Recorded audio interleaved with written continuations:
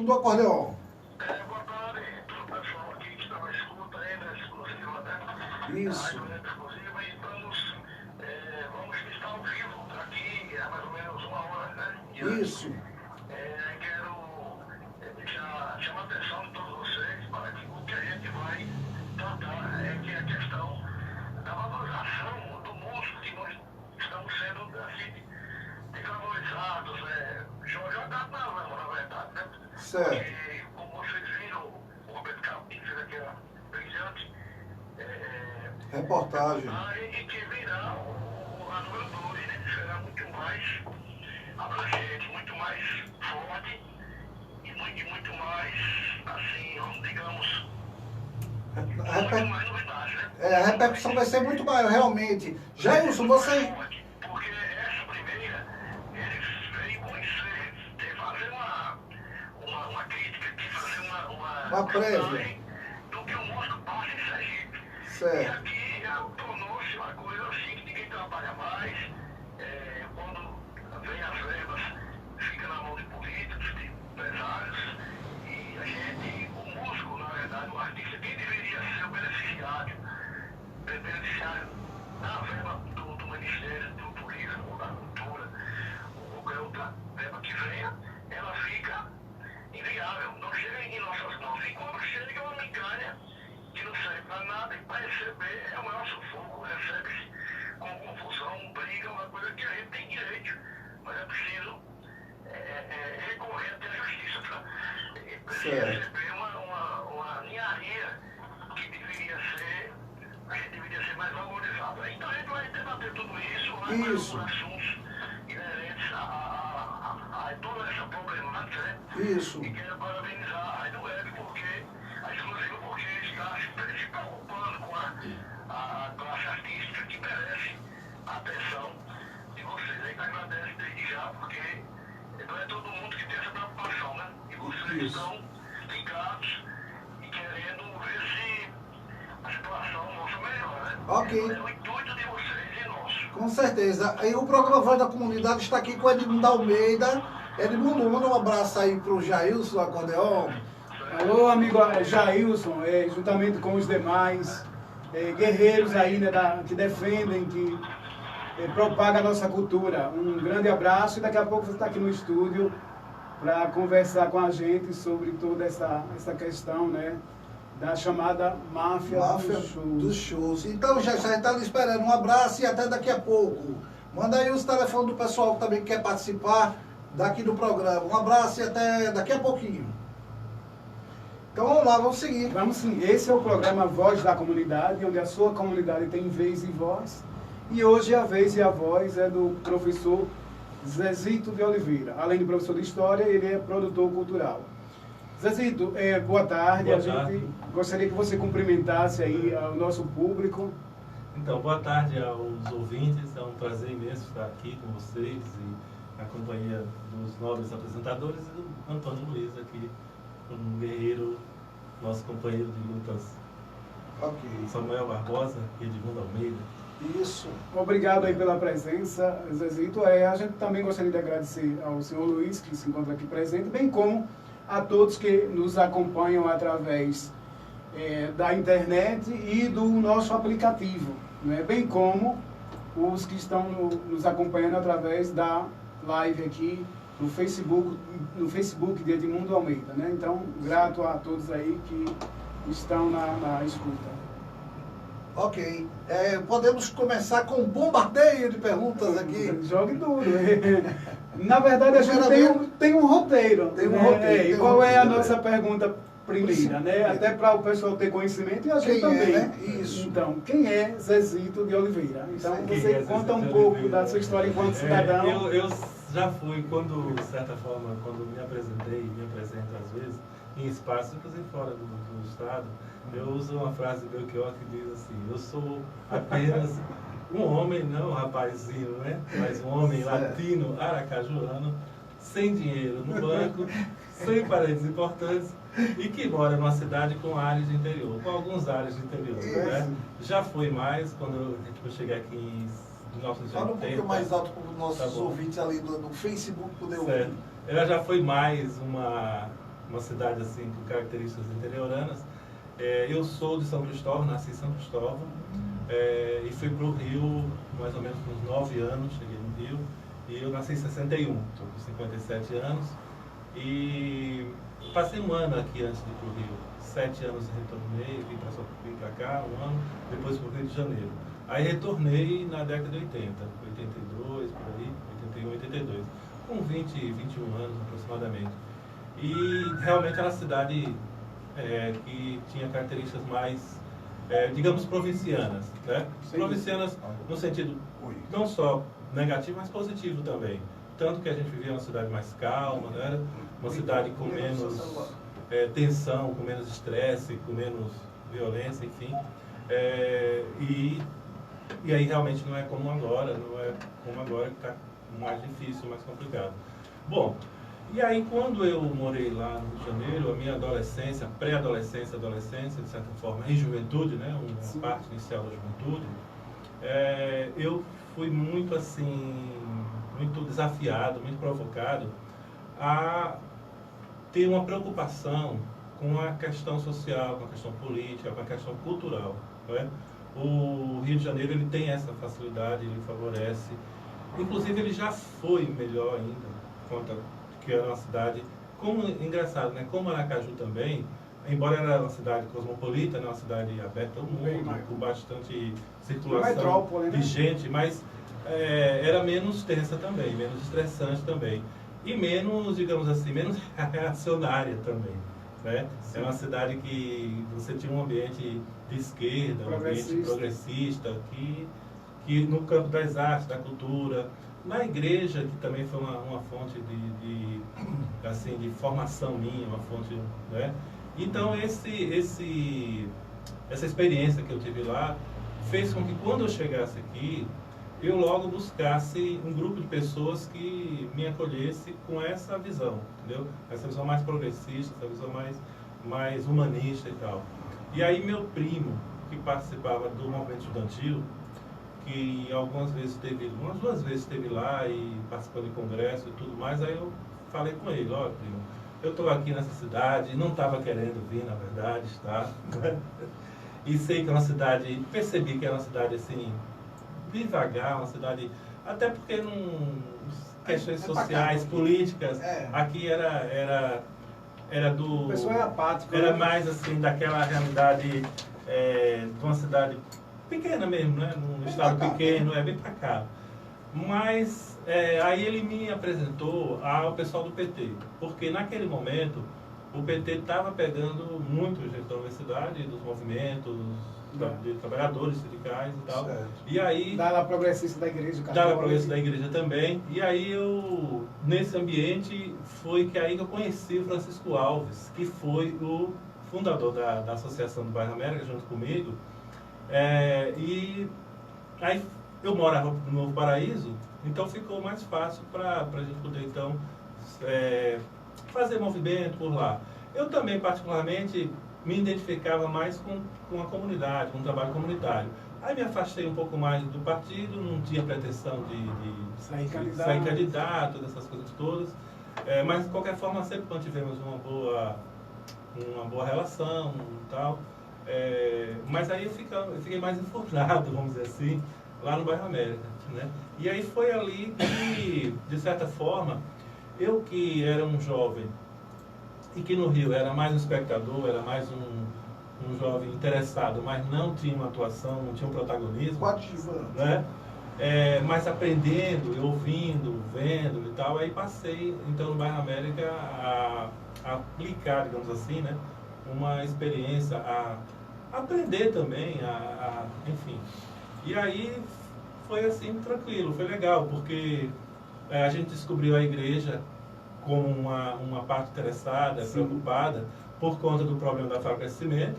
Sim, né? Foi isso. E aí Frei Florencio Pecorari, né? Deu uma contribuição. Tanto na organização, né? Na sensibilização da comunidade. Interessante, desculpa interromper, Zezito, mas foi nesse ambiente que a gente se conheceu. Certo. Você vê, aí tem história, não vamos dizer Muita história. Quantos anos tem não, né? É. Seu Luiz também é dessa época, né? Dessa época. Foi- Nenhum de nós tinha os cabelos brancos. Né? Os cabelos já dizem um pouco Sem dúvida, e a os Amaba... magrinhos, É verdade. sem as barrigas. Então, e veja bem, a Amaba se constituiu numa das maiores e melhores associações de moradores do estado de Sergipe, se tornou referência. E o interessante é que ela hoje não existe mais, vai explicar isso aí pra gente, Certo. mas ainda hoje ela é referência, né? Muitos acadêmicos buscam documentos, pessoas ligadas ainda que fizeram parte da história da Amaba para conseguir informações para elaboração de trabalhos acadêmicos, né? Interessante. Interessante É. mesmo. E aí depois eu vou fazer um desafio, às vezes, para a gente resgatar a Amaba, né? Mas, enfim, Zezito, realmente, o Bairro América ele tem uma história de lutas e conquistas, e você deu uma contribuição muito interessante. Eu queria dizer aqui que, na época, eu era fã do Zezito, né? O líder, aquele cara com mais na vanguarda do que a gente, né? Porque veio de outra, como ele mesmo relatou aí, veio de uma outra capital. Quando eu era criança também, eu lhe vi em algum lugar. E aí, rapaz, o Zezito ele realmente se transformou numa grande liderança, não é? E ajudou a formar outras lideranças, em conjunto com a Igreja Católica, através do Frei Florencio Pecoraro e depois do Frei Raimundo, né? Mas a gente queria aí que você contasse, tem muita história e realmente é uma referência, né? Tanto a Amaba enquanto entidade comunitária, como o próprio Zezito, um dos primeiros presidentes, depois o Ednilson, depois o Emanuel Rocha, muitos jovens, né, se destacaram. E se a gente tivesse a continuidade desses líderes, né, eu acho que seria, o bairro teria sido estaria numa condição melhor. Mas, Exatamente. Vamos começar por isso, porque o porquê acabou. deixa Já que a gente já está dentro, Não, eu só queria, antes dele responder essa pergunta, melhor dizendo, eu queria que ele dissesse para a gente as principais conquistas, das lutas e conquistas da Amaba, né? Da Isso, comunidade do Bairro América. para a gente saber primeiro. Né? A gente teve, a Amaba foi fundada em 83, tá? Oficialmente em registro cartório em 84. Eu não tenho, assim, dimensão do final preciso dos fatos que, embora quando eu saí já estava tendo problemas, já estava tendo dificuldade, já estava tendo, né? Mas a data, assim, mais ou menos, que a gente pode colocar como uma data, não sei se eu estou sendo correto, mas 2004 seria a data de finalização. Então, se você botar 84 para 2004, são 20 anos, não é isso? Sim. Mais ou menos? 20 anos, anos, com um desconto aí de um ano, Algumas interrupções. e tal. E aí é o seguinte, no primeiro, a gente teve duas fases fundamentais, né? Duas fases assim, bem definidas. Até 89 e depois de 89. O marco dessa separação, dessa divisão aí, que é um projeto chamado Reculturarte, Reeducação, Cultura e Arte. Com esse projeto, a Amaba foi a primeira organização comunitária a realizar um trabalho de arte e educação na periferia, com crianças e adolescentes, que era o público-alvo. Financiado pela Visão Mundial. Por uma instituição americana, pela Visão Mundial. Né? Esse financiamento ele durou aproximadamente uns 10 anos.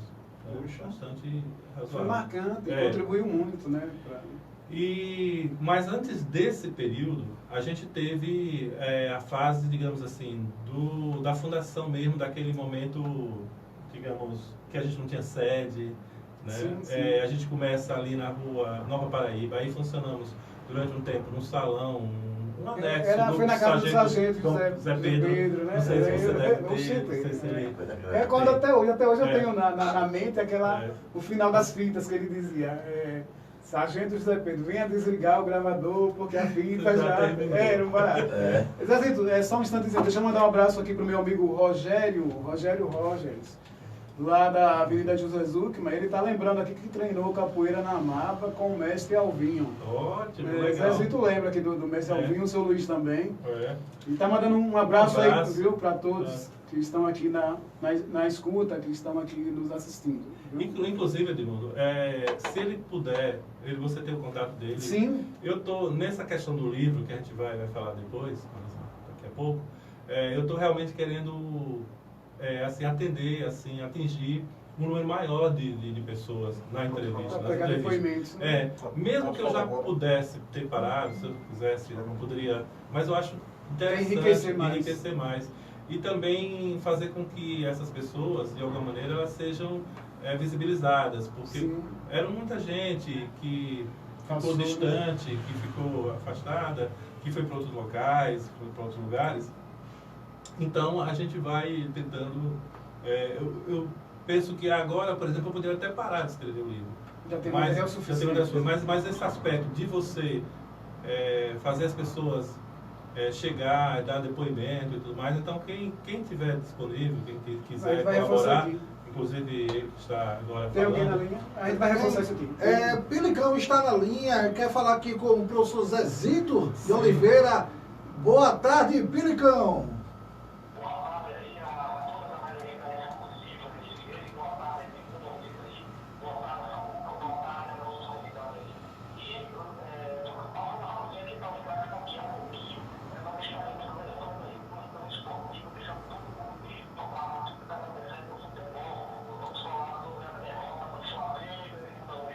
É verdade.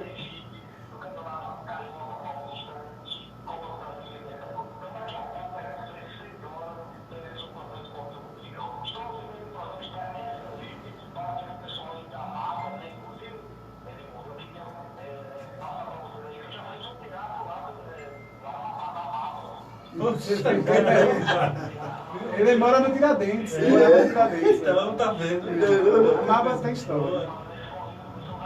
Hoje escolhi o professor Raimundo. Que massa. Que massa. Então a gente vai esperar por você aqui, viu? Valeu, que bom saber. Ó, obrigado. Falamos aí com com Alexandre Pilicão e Edmundo Almeida.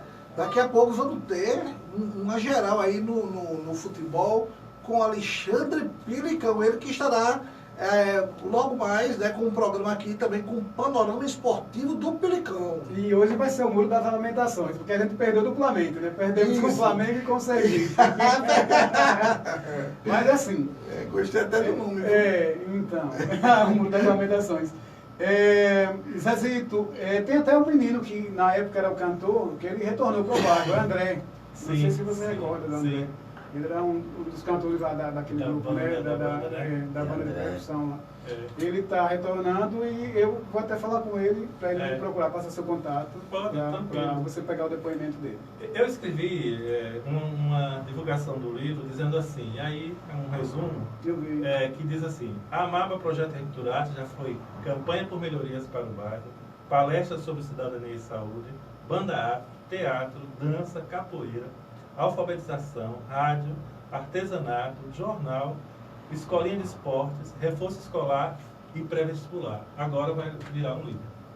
Então esse é um instrumento de campanha. Então eu vou falar então agora um pouquinho sobre a fase antes de 89, que é essa fase que integrou mais a cultura, o esporte, Com o projeto com a Recultura. Culturarte. E aí também Seu Luiz quer falar alguma coisa, Luiz? para ele Ah, também depois você colaborar fala, então, comigo, beleza, pra beleza. reforçar. E aí a gente poder Aí- estabelecer essa Aí discussão. só faltou Tranquilo. só Braz. Palestras, Luiz, está aqui, tá as palestras, sobre cidadania e saúde. Não, Saúde, tem outra porque- coisa. pronto. Foi a palestra sobre contra as drogas, na ética, com o Braz, da Polícia Federal. Ele agora... Não, tá pra chorar. Braz, encontrei ele, tem uma base dos 8 meses a 9 meses, na Polícia Federal. Aí chega lá, seu Luiz, você por aqui, ele passeou, né? Cadê aquelas palestras sobre droga da Polícia Federal? Tá tendo? Não.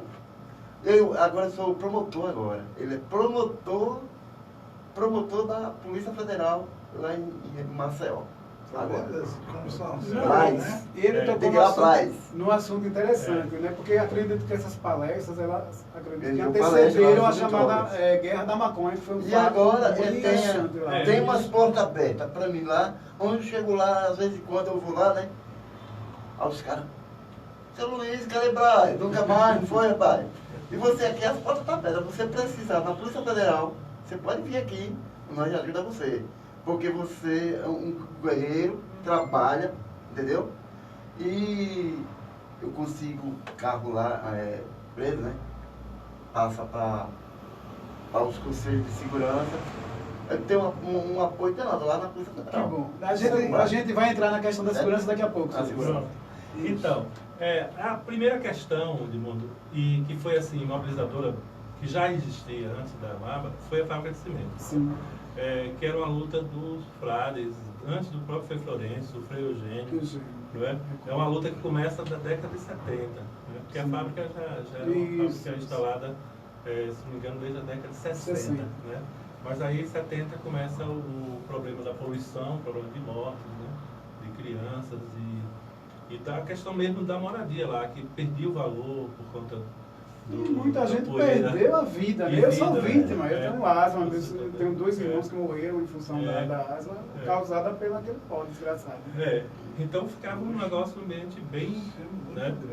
Não sabia não. Exatamente. E aí quando chegamos, tinha esse movimento, aí pro padre foi uma maravilha. E pra gente também, porque ele só tinha a igreja, né, os grupos, e aí agora estava um grupo da comunidade com uma representação formal, né?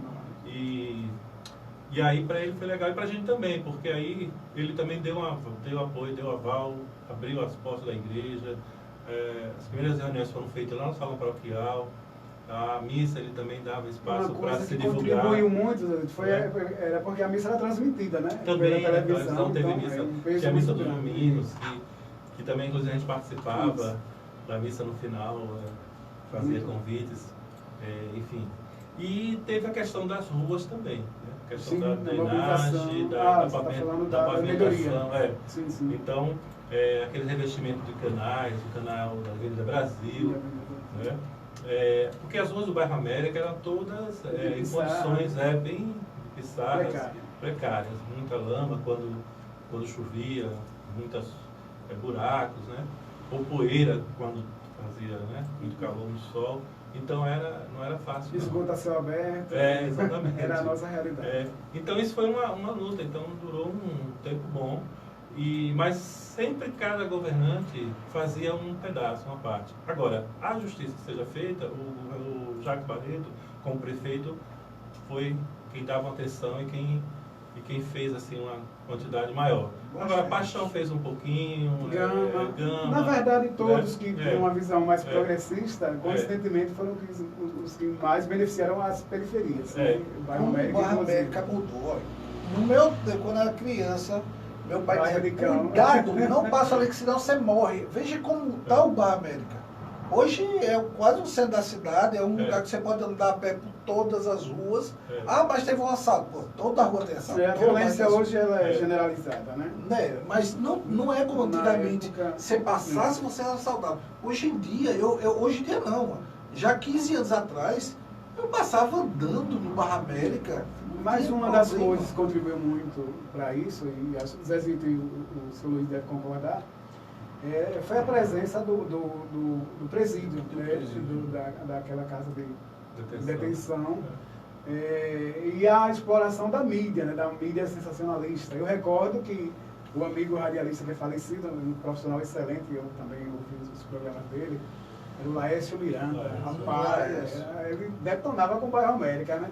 E com a casa de detenção principalmente, aquele barril de pólvora, né? Depois que ele passou, Bareta e outros, né? Porque fazem essa linha sensacionalista. Então, de alguma forma, eles contribuíram negativamente para essa imagem ruim do bairro América. Né? Era o chamado bairro de cão, né? Bairro de cão, sem Não podia nem falar. Inclusive, quem morava lá no bairro, nem para conseguir emprego, nem declarava muitas vezes que era morador de lá.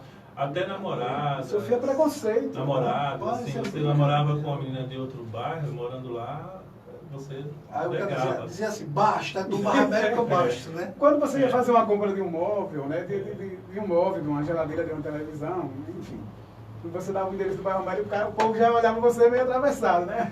Eita, É, vou ter que entregar lá. E eu imagino o dono. Não, e a minha do caminhão. referência, próxima casa de detenção. É ótimo, né? Você vacilar, você quer lá dentro. É, viu? então. Então, aí eu queria que o Luiz falasse, Luiz, Eu vou sobre falar um essas pouquinho. lutas. Não, outras né, coisas aí. do passado. Tem os já passados, Da né? primeira Da- fase. da primeira fase. Primeiro começa logo pelo. Agora, onde está agora, né? O problema de Jacques Barreto junto com Adivaldo Nogueira. O problema daquele prédio era da MABA, ainda é. Esse documento ainda tem o nome da MABA ainda.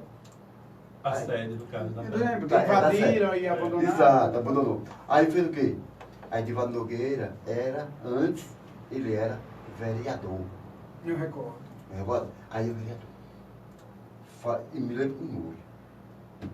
Ô, Jacques, vamos fazer um negócio? Vamos chamar assim, passar aquele prédio para Maba. Aí o Jacques, boa ideia, vamos lá. Aí chegou lá, passou. Até agora é da Maba, o prédio. Sim, tá ocupado, a pessoa já tem muitos anos lá, para tirar agora, mas... É difícil. Não tira não, porque tá no nome da MABA ainda. Tem documento da MABA. Entendeu? Aquela época. E também, Petena era ali na rua de Santa Luzia, o escritório da Avenida Mundial. Sim. Era ali na rua de Santa Luzia. Aí até assim, Luiz, preenchia, toma aqui, leve até o conta, né? O negócio das contas, quanto gastava, tudo isso. É porque ela pagava, a Visão Mundial pagava o custeio, né? A manutenção do prédio. Manutenção, pagava Água, Todo o luz, projeto mais Tudo Contemplava, projeto. tinha faz a recursos, parte dos contemplava. recursos. Aí levava, aí a banda, Material. tinha a escolinha. Olha, você vai ficar responsável para pegar o ponto da professora todos os dias lá. Aí pegava, no ponto. Aí, problema também, outra coisa, era o problema do stick de leite. É, eu lembro, recordo. Você lembra do stick de leite? Na época, aquele stick de O leite. governo aí, Sarney, né? Zé Sarney, né? Um stick de leite. Uma recebia em 2 lugares lá. Eu recebia lá e recebia cá. Mas isso até hoje acontece, né? Porque Acontece. quer sempre levar vantagem. Entendeu? Aí é muita coisa. Aí E Luiz era o fiscal. era terrível fiscal. Pra cima e pra baixo, pra cima e pra baixo. Nós tinha a bicicleta, nós tinha a televisão, videocassete, tinha tudo. Rádio Amador, na época era juizado menor, todo mundo era juizado. Aí Manuel, na época, Manuel é do PT. Manuel Nascimento está falando ou Manuel? Manuel mora no Alto do Miolo. Emanuel Rocha, ex-presidente Manuel, e ex-coordenador do projeto. Né? Era da Mala, né? Aí ele pegava a caminhonete e enchia de gente. Ia pra Nivanda. Tivesse menino de menor, pequeno, pegava, botava no carro e levava lá pro posto. Você leva o nome? Tinha um ponto de apoio. Deixa eu só fazer uma pergunta aqui a vocês. Eu recordo que quando chegou o projeto Recultura Arte, né, que vocês assinaram lá o contrato, deve ser, o documento, celebrando esse documento, na época o presidente era o Emanuel Rocha, e aí ele optou em ser o coordenador do projeto, não foi isso que se afastaram? Não, na verdade, não? o presidente era eu na época, né? Inclusive, essa questão desse... Porque a coordenação era remunerada, né? A coordenação do projeto veja era bem, remunerada. O projeto entrou em 89, certo? 90, por aí. Na verdade, a Visão Mundial foi mais depois. Foi 91, 91. Mas o projeto começou em 89. Coincidiu com uma campanha, acho que das mais disputadas da MABA. A MABA teve 2 campanhas bem disputadas. Parecia eleição de vereador, né? parecia filas, campanha no bairro. Tinha receita, né? Tinha dinheiro entrando. Não entendendo. Mas aí que aconteceu o seguinte, acontece que eu fazia parte da outra gestão e a outra gestão rachou E eu e um Edenilson, principalmente Edenilson, Edilson Barbosa, foi que jornalista. coordenamos a discussão do projeto com os grupos de jovens, tá? Com o apoio do pessoal da FEBEM, que tinha um posto da FEBEM de extensão que funcionava lá na Maba, e conseguimos esses recursos. Começamos a fazer as discussões, elaboramos o projeto. E aí, pessoa séria, e né? aí o que aconteceu? Novo, jovem, mas... Exatamente nesse ano da eleição, a diretoria se dividiu em 3 partes. Você imagine que era a gente perder essa eleição com esses recursos, entrando esse recurso dentro da associação. Se não E tivesse a, uma e a pessoa de gente não responsabilidade, puder, e a gente que fez tudo, organizou tudo, e seria injustiça. mas aí 2 chapas se uniram, porque a eleição foi tão pesada, estava tão ruim, assim, tão difícil, tenso, né? tão tenso, que 2 chapas se uniram para derrotar uma, porque eram 3 chapas, né? Quem cabeçava? Eu fazia parte de uma delas. Quem cabeçava? Essa chapa era encabeçada por Francisco José.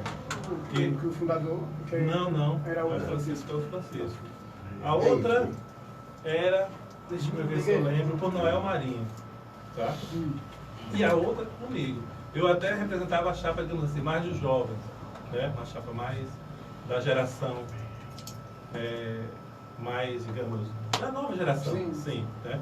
E aí, Emanuel, onde é que Emanuel entra? Emanuel entra nos contatos que a gente foi fazendo, nas conversas que a gente foi tendo com grupos de jovens, com agentes culturais da comunidade. Ele era um agente participante da capoeira na comunidade. Capoeira, não é? Lembro dele jogando capoeira. E ainda mais com a questão dele ter uma aproximação afetiva, né? Que aconteceu a partir daquelas reuniões com Cléa, que era ela era mais da igreja. Que veio ser a esposa dele depois. Exatamente, veio ser a esposa. Aí ele começa a participar do projeto dessa maneira, entendeu? A partir dali. Naquele momento que o projeto estava chegando, os recursos chegaram, precisava se escolher uma pessoa para coordenar o projeto, remunerada. Tá bom? E aí ele foi escolhido em função de que era uma pessoa que tinha tempo e tinha uma liderança, né? Com um trabalho na comunidade com cultura, com crianças e adolescentes, com a capoeira. E aí ele entrou e aí pronto. Então tivemos essa questão de gente remunerada, gente que não era remunerada. Entendeu? Samuel deve ter alguma pergunta aí para você, ele está meio atacado aqui. Fala aí. Porque o tempo está correndo, porque quando a entrevista é boa, parece que o tempo voa, né? Como o pessoal fala. É o seguinte, eu estou curioso justamente para saber o que é que não deu certo, por que acabou, de quem é a culpa. Olha, eu tenho feito essas questões, inclusive no livro, tenho feito as perguntas que a gente faz, as pessoas às vezes nos fazem também. E como eu participei também da experiência, né, do que aconteceu lá, uma das coisas que eu vejo como um dos problemas, que não é só nosso, é um problema geral, até porque é um problema da nossa sociedade brasileira, da formação nossa, é essa questão da relação autoritária, a relação de poder, de posse, entendeu? Uma relação, às vezes, de querer ter as decisões, as suas opiniões, como as únicas, como as melhores.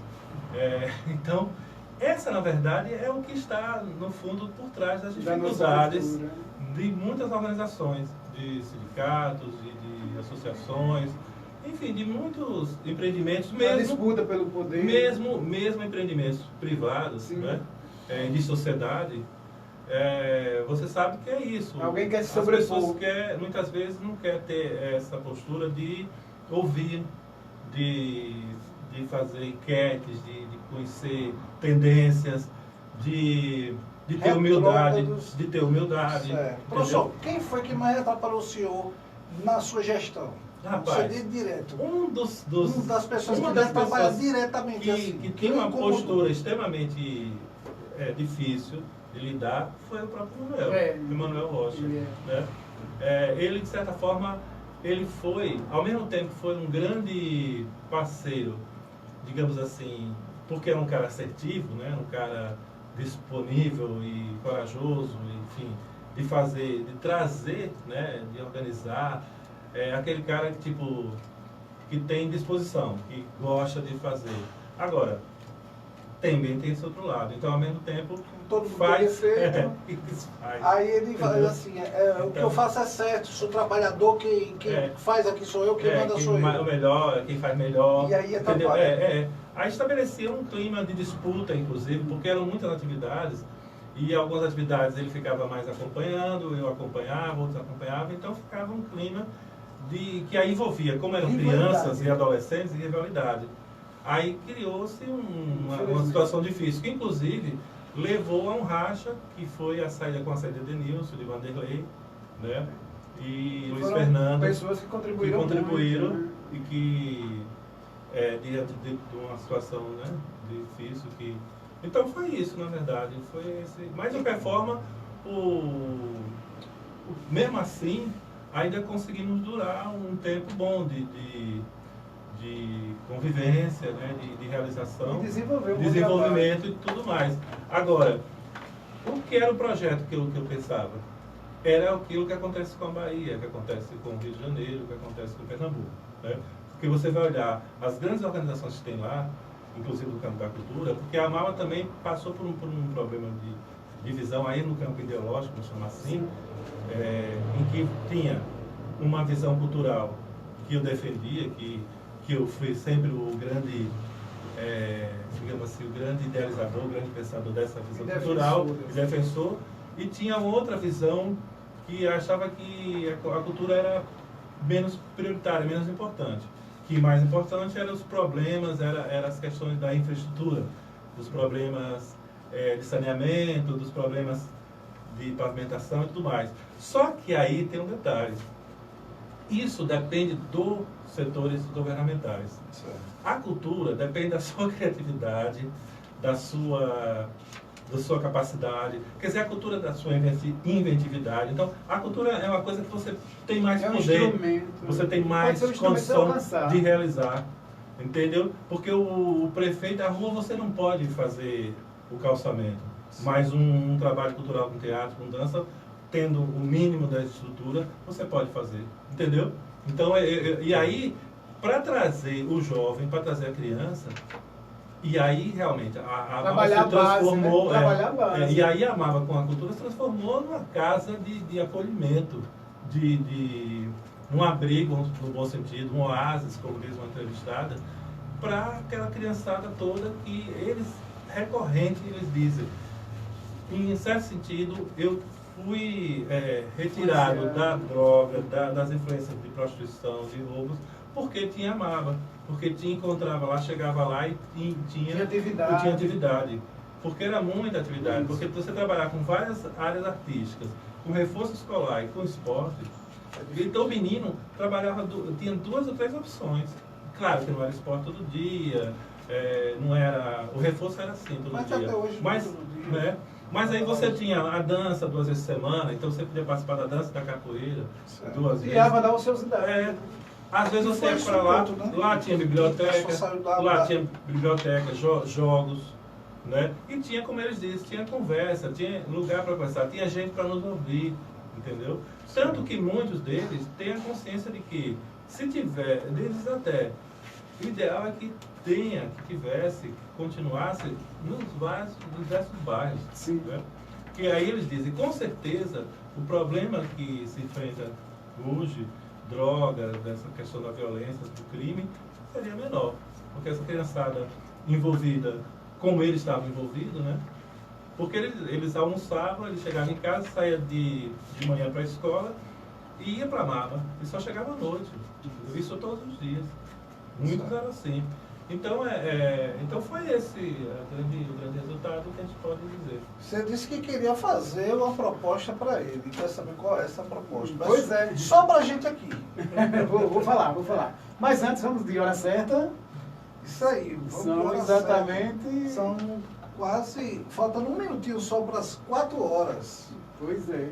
Então, dado Elisezito e o seu Luiz aqui, a importância que a Amava teve para o bairro América, né, nas lutas, nas conquistas, até hoje também eu tenho a Amava como um referencial muito positivo.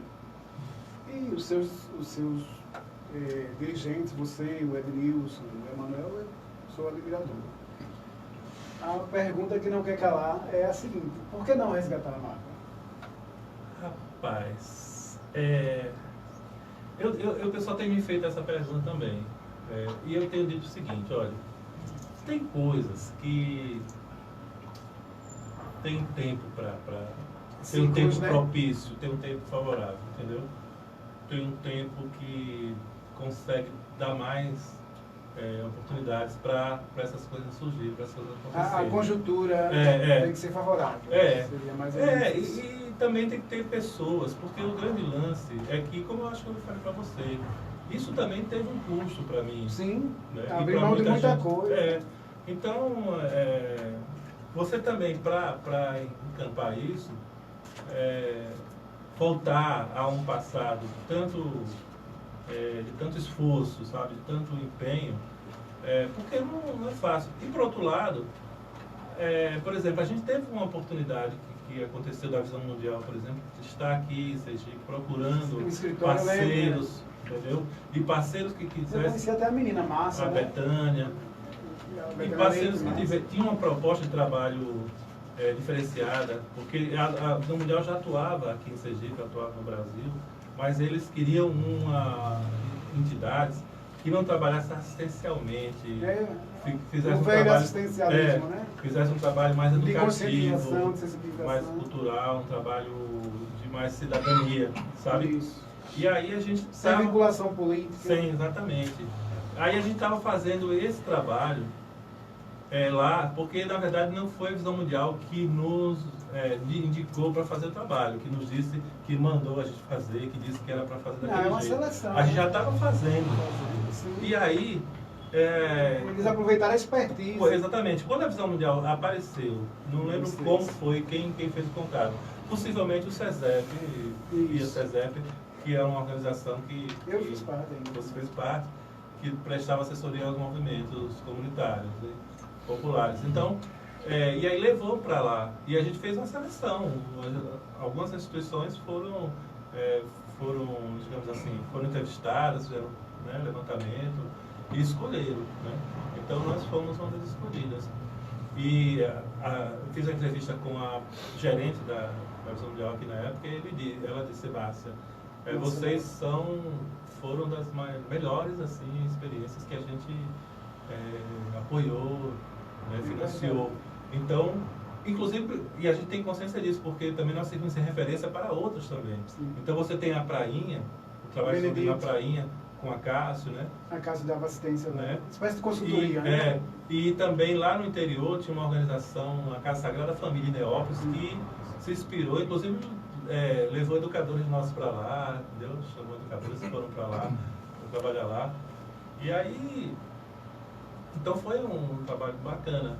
E aí eu tenho certeza que o livro vai deixar isso muito claro. Agora, o que eu penso é o seguinte, Edmundo, também não estou fechado. A gente, por exemplo, se tiver condição, não para fazer logo, assim, de imediato, mas, por exemplo, para fazer trabalho com alguma coisa de oficinas, algum trabalho cultural que eu continuei fazendo, que a MAB, inclusive, me deu, assim, instrumentos para fazer, né? Me deu conhecimento, e eu continuei a fazer, né? Como o Cineclube, por exemplo, Sarau, entendeu?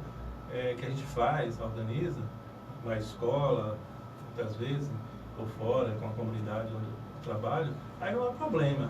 Mas uma instituição, uma gestão de realmente toma muito tempo, exige muito empenho. Por exemplo, o que o Luiz fala da sede. A sede foi lamentável ter perdido a sede, porque... Foi um vacilo, né?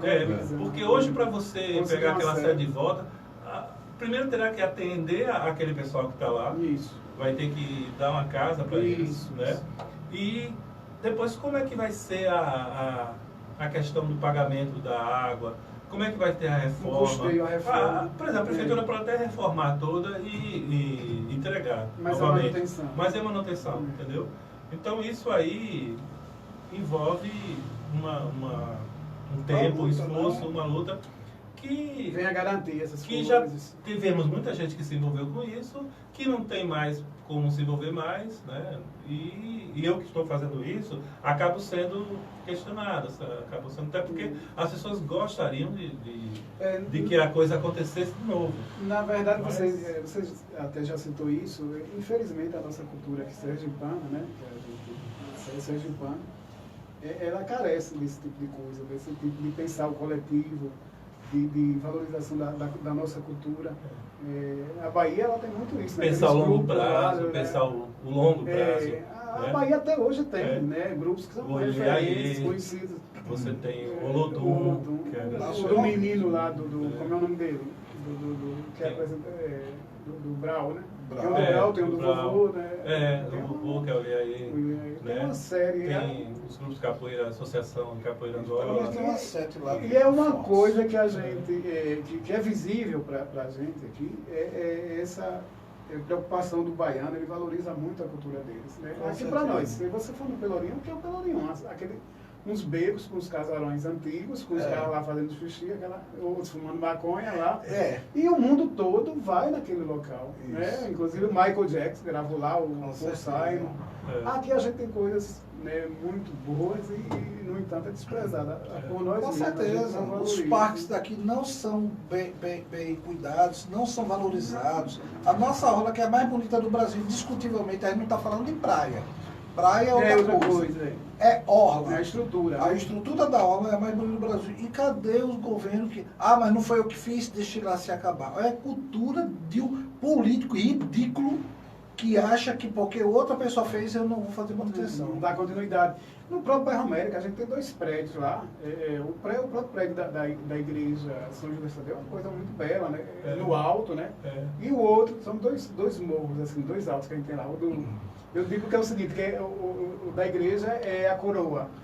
E a do presídio é o castelo, né? Sim. Aquela do castelo, no estilo medieval, é uma coisa muito bonita e que não é valorizada. Né? O povo não tem essa percepção de valorizar aquele espaço. Exatamente. Né? O bairro Se América. fosse localizado em outros... É. Na Bahia, por exemplo, aquilo É. ali era reverenciado, É. né? Era uma coisa... O bairro América, inclusive, tem o Abaçá São Jorge. Quer dizer, você Também tem, é um você ponto. tem, você tem pontos turísticos, o mercado, rapaz. Isso. Aquele mercado, aquela feira, enfim, o Isso. mercado. A gente fez uma programação de Semana de Arte antes do projeto da Cultura Arte, em 87 e 88, com uma parceria com a Fundesc. Até o Mará Cavalcante era o presidente. E aí nós ocupamos como não? Nós utilizamos o mercado como um espaço para colocar grupo folclórico, Isso. grupo de teatro de O rua. Teatro Mambembe, né? E aí, rapaz, você tem locais ali, então ele tem... Quando a MABA tinha sede, a sede era um centro cultural, um centro cultural, Isso. aí é que você tinha então uma... Agora, falta coisas assim, muito simples. Por exemplo, eu estive na Bahia há uns 2 meses, participando de um evento que era misto cultural e histórico e religioso também. E aí uma cidade do Recôncavo ali, naquela região ali, próximo da cidade de Cachoeira. E aí eu olhei, a principal atividade mesmo foi numa escola pública. Sabe o que me chamou a atenção?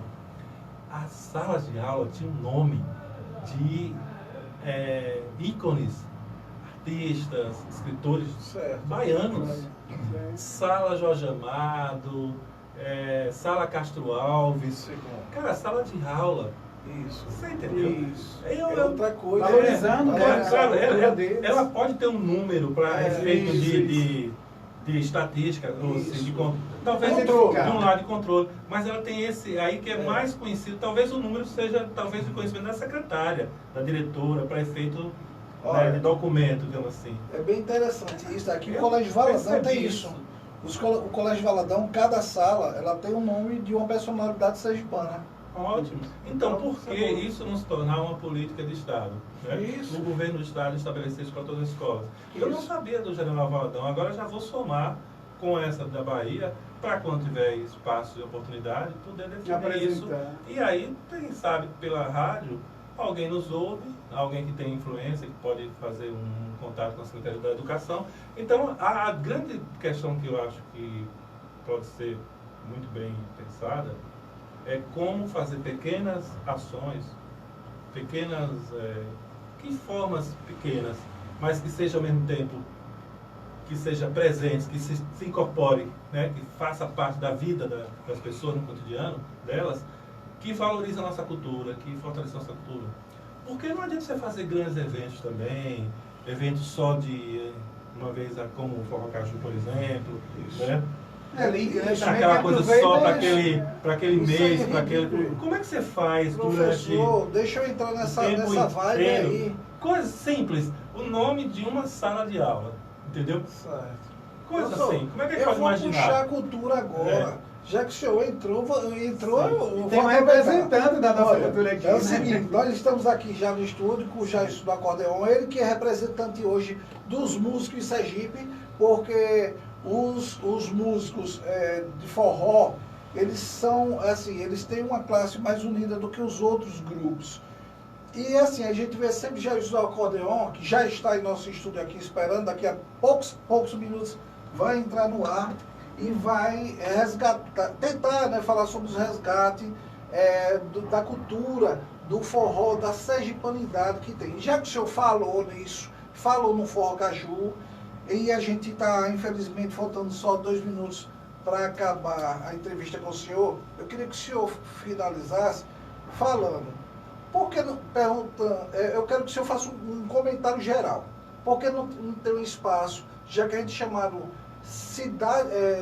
Bahia do Forró, como é que a gente é Bahia do Forró e não tem um local para fazer? Ah, mas tem na aula, é particular, não se conta. Por que não tem um local assim?